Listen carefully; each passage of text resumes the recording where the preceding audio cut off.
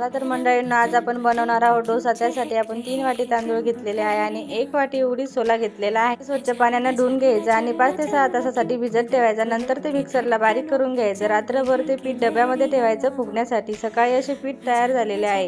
हे पीठ आपलं खूप फुगलेलं आहे। नंतर ते पीठ एका भांड्यामध्ये काढून घ्यायचं। ते पीठ पाणी घालून पातळ करून घ्यायचं आणि चवीनुसार त्यामध्ये मीठ टाकायचं। तवा तापलेला आहे, त्यावरती तेल सोडा आणि थोडंसं पाणी घालून ते रुमालानं पुसून घ्या। नंतर त्यावरती आपण आता डोसा टाकणार आहोत।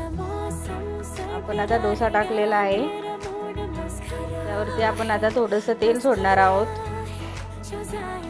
डोस्यावरती आपण आता थोडंसं तेल टाकलेलं आहे।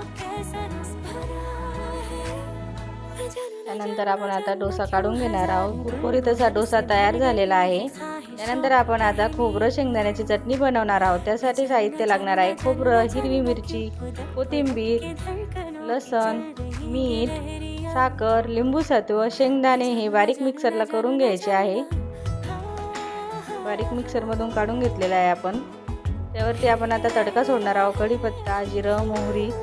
तेल गरम झालेलं आहे, त्यामध्ये आपण मोहरी टाकणार आहोत, जिरं टाकलेलं आहे आणि कढीपत्ता टाकला। त्यानंतर ते चटणीवरती तडका टाकून द्यायचा। चटणी तयार झालेली आहे। आपण आता बटाटा चटणी तयार करणार आहोत। त्यासाठी आपण उकडलेले बटाटे घेतलेले आहे।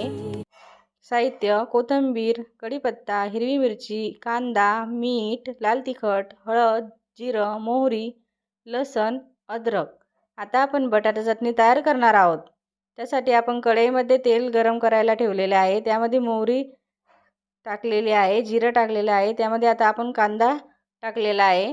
कांदा थोडासा लालसर परतून घ्यायचा।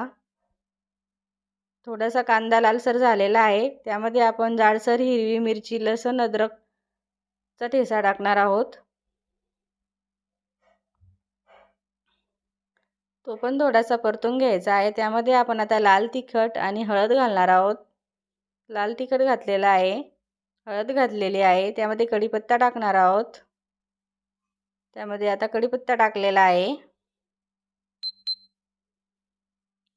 आता आपण त्यात बटाटे टाकलेले आहे।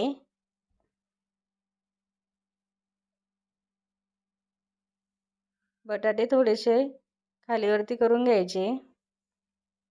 नंतर चवीनुसार मीठ घालायचं। चवीनुसार मीठ घातलेलं आहे। यावर आता आपण कोथिंबीर टाकणार आहोत। त्यावरती आता आपण कोथिंबीर घातलेली आहे। आता आपली बटाटा चटणी तयार झालेली आहे। कशी वाटली डोसा रेसिपी कमेंट्स करा, शेअर करा आणि लाईक करा।